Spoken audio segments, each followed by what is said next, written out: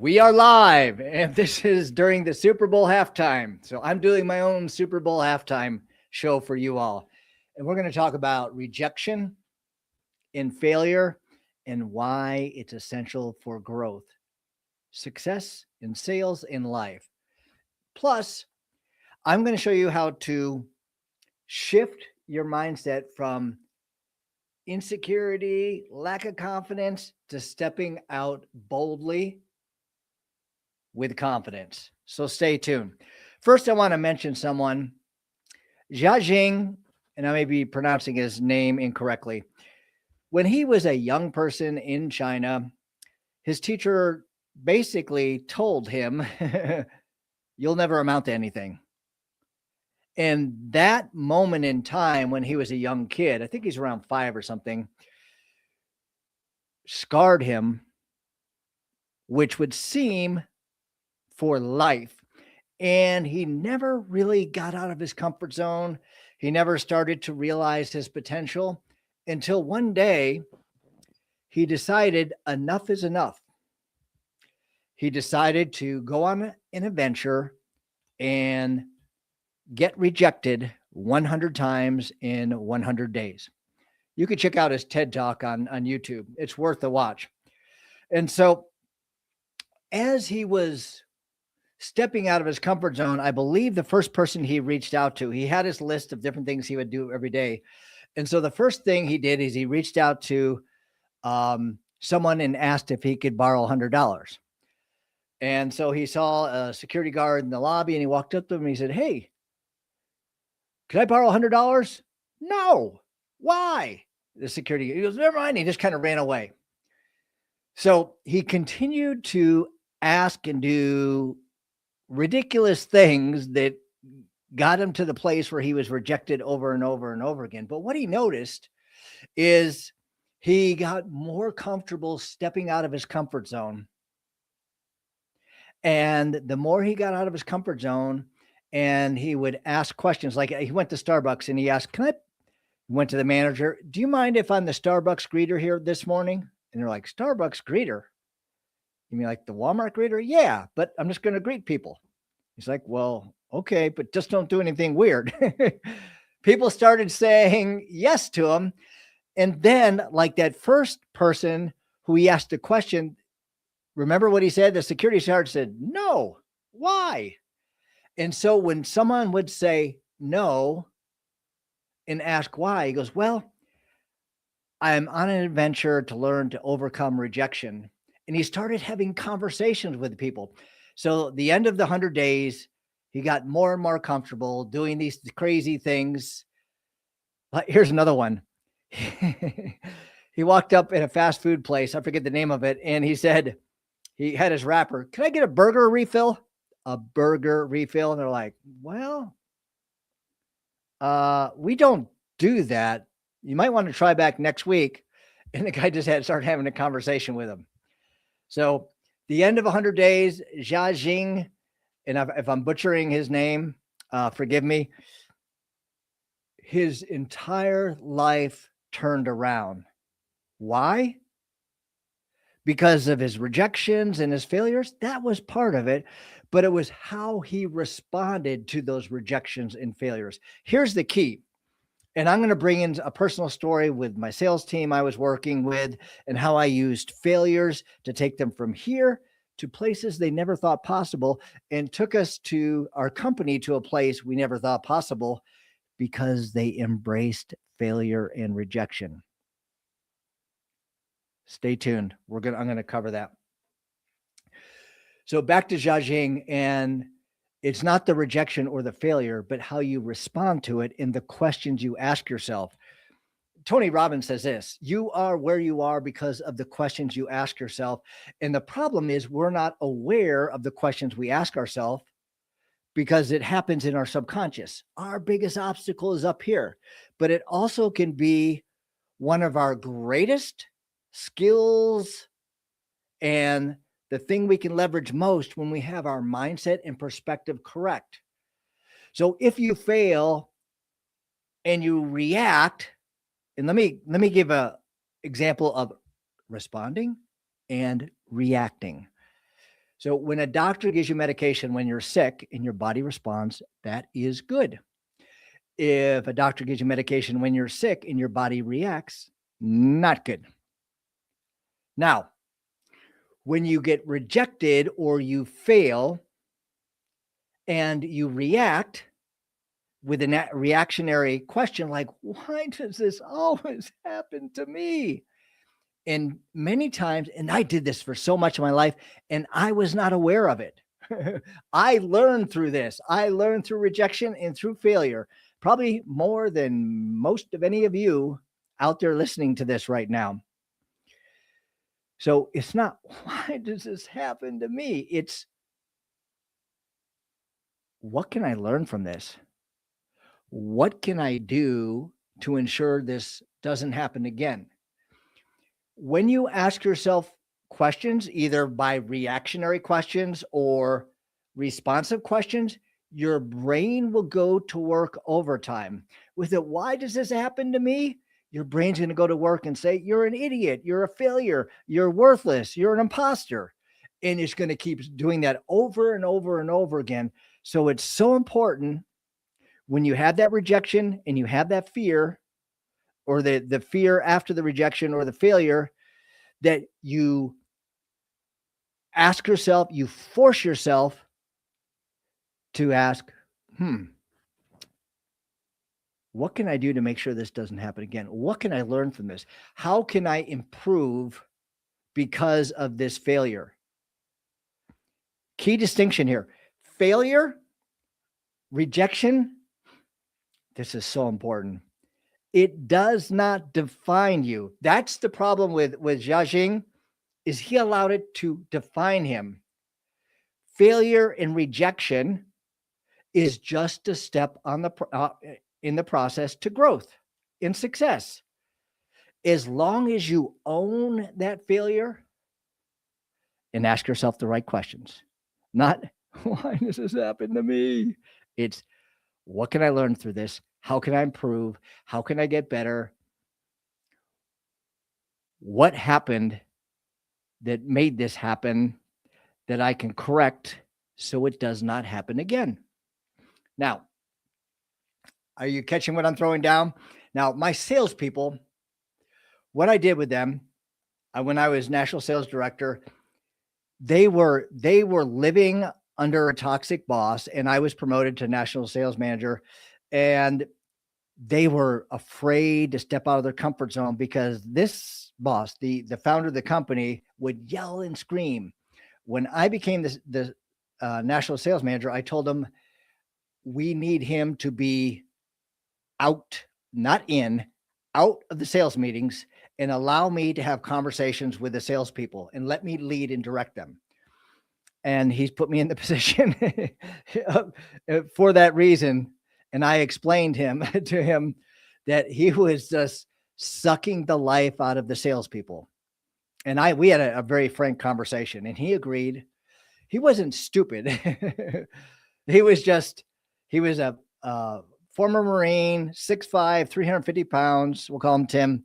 And he just either was yelling or nice. And you just never quite knew what you're going to get. Like with Forrest Gump and the box of chocolates. His mom said, Mama always told me that you never know what you're going to get. Life is like a box of chocolates. Well, it's the same with Tim. Anyway, we removed Tim from the sales meetings. And so I would show up, first sales meeting. Okay, everybody, let's talk about your first failure, or the failure that you had, the first failure you had this week. Everyone was quiet. So I would talk about my failures. Day 2. Okay, guys, what's a failure you had today? Silence. So I continued to ask, and then I would talk about my failures day after day after day, week after week. People started to talk a little bit about their failures. Check this out. About 5 weeks in, people would show up excited to talk about their failures. Now, key distinction, when I talk about failure in this way, I'll usually get comments, people saying, Chaz, it's about learning, not failure. And they don't like me using the word. Well, it's a moment in time. It doesn't define you. I like the word failure because it comes before learning experience. You have to accept that you did something wrong. It doesn't mean it's not there to beat you up. You take Elon Musk or anyone else that's a billionaire, I mean, he's almost a trillionaire, who's super successful. They understand failure and rejection are the stepping stones on the way to success, and they know the questions to ask themselves after the rejection and after the failure. And sure, they'll reframe it, instead of rejection, it's redirection. And yes, they're learning, but they own the truth. Very important. No, transformation does not happen without the truth. So you have to own what you did was flawed. And there's nothing wrong with this. This is learning. So if you could get this through your head and understand when you fail, it means you're making progress because you're stepping out of your comfort zone. You're doing something new. And then it's like, oh, this is what happens when people try something new and they fail. They'll like shrink back and they take it as it's defining them, like that's their identity. No, it's just a step in the process. And as long as you respond and ask yourself the right questions, it can be the springboard that takes you into your potential. But if you react and ask yourself the wrong questions, it will keep you stuck in mediocrity for the rest of your life. It's all in how you frame things and your perspective about rejection and failure. So back to the sales team, they would come and they talk about, hey, I failed here. And they're like, oh man, that's a good one. I failed here. Why is that important? And why did I do this? Because they had a proven system and process to work within, but they weren't stepping out with their unique abilities and skill sets within the proven system and process. And it was keeping them from reaching their true potential, because the proven system and the proven process, yes, you need that to give them guidance and direction. But if your team members, salespeople, or just people on your team, if they're not experimenting and getting out of their comfort zone, they're not going to reach their potential, and your company's not going to reach its potential. So within 6 months, the salespeople operating within a proven system and a proven process, sales were up above and beyond what Tim ever thought or imagined. The salespeople were having fun.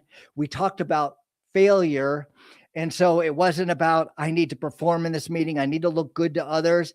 It was about, let's learn from others and let's challenge one another by stepping out of our comfort zone in new and creative ways.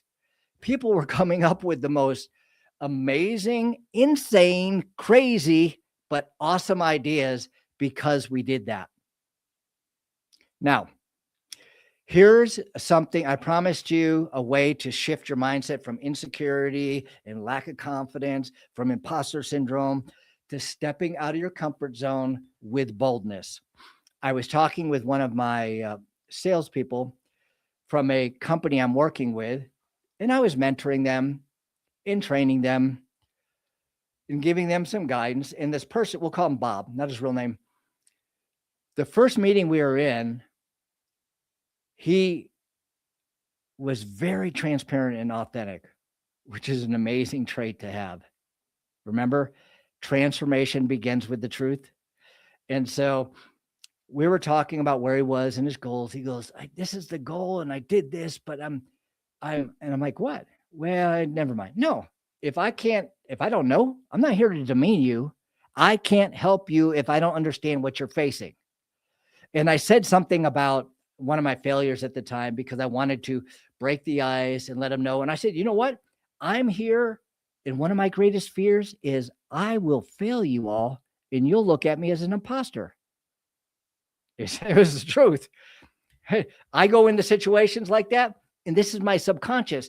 Talking about your fears doesn't make sure it happens. Not talking about your fears ensures that they have control over you, because you need to regulate your thoughts and emotion, or they will regulate and control you. So I talked about my fear, and then he was open. He goes, well, I'm afraid that I'm not going to be able to do this again. And so I gave him this process to shift your mindset quickly. Boom. Like that. to go from imposter to stepping into who God created you to be, or into your full potential if you don't believe in God. So it's 3 steps. I call it the 3D process. It's looking at your perspective in a 360-degree way. So you're looking at your thought process from 100 or 360 degrees. Okay, not 180. That's not going to do very much. You only get half the equation. So I asked him, did I say his name is Bob? I forget. It's not his real name. I said, tell me what's going on. What is the story you're telling yourself? And we went back and forth. He said, what do you mean? I go, in your subconscious right now, you said you are afraid you can't do this. So tell me what's going on. What is your mind thinking about? Think about it. Just take 15 seconds. Okay. This is a safe environment, and just let me know. And I gave him a couple examples from my past and typically where I go, where my mind goes. And he goes, well, I feel like I'm an imposter. I'm like, bingo, excellent. He goes, excellent? I go, yes. And I told him, all transformation begins with the truth. Now we know the story you're telling yourself, and that story you're telling yourself is keeping you stuck and not helping you step into your full potential. He's like, really? I said, yes, really, really, as Shrek would say. And so I said, okay, that's the first part. We got 2 more parts to go. Now, what's the truth? Take out all emotion. Tell me what the truth is about you in your sales career. He'd been in sales for 15 years and he's had a lot of successes. And so I went back. So tell me what's going on last year, this year. He goes, well, I've been pretty successful. I've won some awards. And I said, if I talk to your founder right here, who was in the meeting, I go, what would he say? And I already knew because we talked before I asked him this question. And he said, yeah, he's amazing and he has lots of potential. And I go, so now you have 2 conflicting views. One, the story you're telling yourself, and then the truth. What are the facts without emotion? See, it's the emotion that's 90% of the battle, and your mind will lie to you all the time. And if you're not aware of the story you're telling yourself, guess what? You're going to stay stuck in mediocrity. And usually the reason behind the story that we're telling ourselves that's negative, that we're an imposter, is because something from our past is still present because we haven't dealt with that, whatever it is. And many times you have to go deep, deep, deep to understand what that is. But I'll show you how to reframe this here as we go to step number 3. So if you don't deal with things from the past, then you're going to be shackled, imprisoned to the past. And so every time you make a decision in the present, it's going to keep you in whatever happened in that event. Like with Jia Jiang when he was young and the teacher said, you'll never amount to anything. I mean, that stuck with him for decades. So now here's how you reframe it. We go from the story you're telling yourself. You realize it's a lie when you take out the emotion and you just deal with the facts. Okay. So story you tell yourself, then what are the facts without emotion? They'll usually will conflict. They're not in alignment, and that's a good thing. And then we go to the 3rd D. Now, picture yourself 15 years in the future.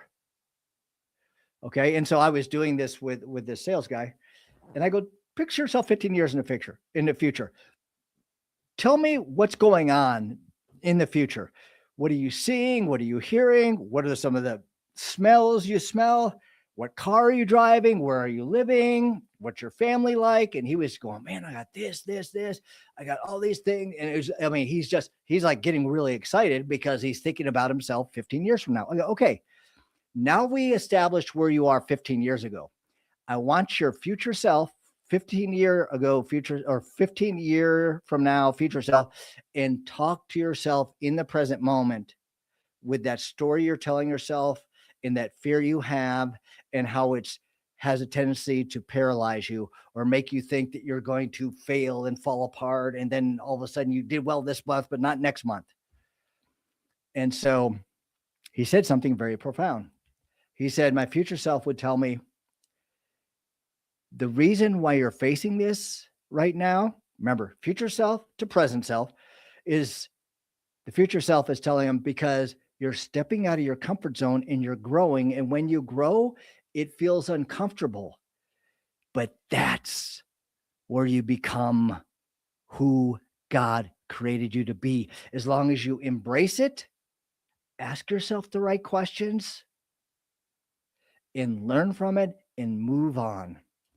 And don't ever, ever worry about what other people say. You know what? People don't care. I mean, in our mind, it's like not what people say. Yeah, it could be, but what do people think? You know what?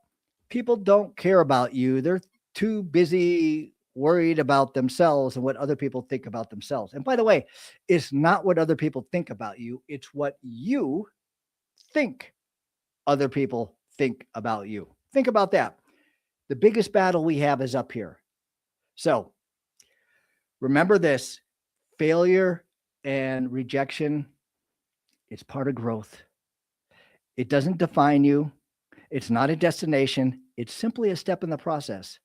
And as long as you ask yourself the right questions, you respond with the right questions, you don't react, and you use that 3D process, what's the story you're telling yourself after that failure, that rejection? What are the facts without emotion? And then what does your future self 10 years or 15 years from now say to you in that situation? That will reframe it so you'll look at yourself with where you are right now and realize that you are on a journey of growing and becoming all that God created you to be. Own the truth, ask yourself the right questions, and before you'll know it, 6 months, a year, 2 years, 3 years from now, you'll look back at yourself present day and you're like, wow, look at how far I've come because I embraced the truth and I've been transformed in the process.